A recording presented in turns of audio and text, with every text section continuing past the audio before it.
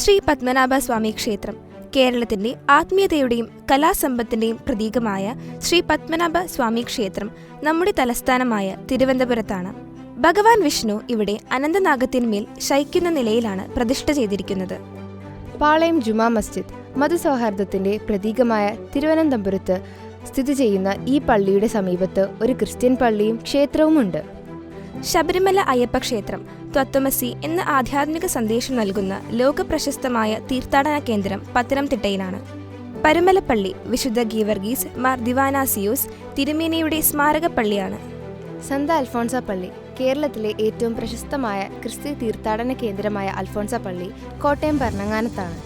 Saint Francis പള്ളി ഇന്ത്യയിലെ ആദ്യ യൂറോപ്യൻ പള്ളി കൊച്ചിയിൽ സ്ഥിതി ചെയ്യുന്നു. ഗുരുവായൂരമ്പലം കേരളത്തിലെ ഭൂലോക വൈകുണ്ഠം എന്ന് വിശേഷിക്കപ്പെടുന്ന ഈ ക്ഷേത്രം തൃശൂർ ജില്ലയിലാണ്.